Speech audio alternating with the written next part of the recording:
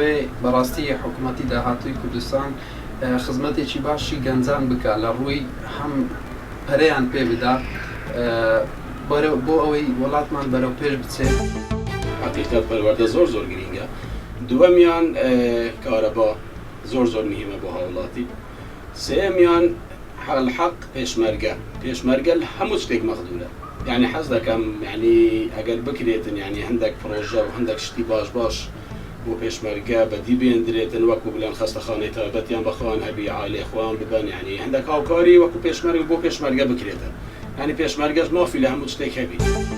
پێم باشە لە پێکەنانی حکوومەتی نوێدا سەرەتا یەکڕێزی حیزبەکان لە پێش هەموو شتەکەوە بۆ دواتر بەرژەوەندی گەلەکەمە. و پاشان بیر لەوە بکرێتەوە ئایا چۆن ژیانی خەڵک بەرەو پێش دەبردن و چۆن خەڵک دوور دەکەوێتەوە لە نەهامەتی و ناخۆشیەکان. بە هیوای ئەوەم کابینی نوێ بتوانێت بە تایبەت خزمەتی گەنج بکات. مافی پیا و ئافرەت منداڵ گەنج بپارێزێت.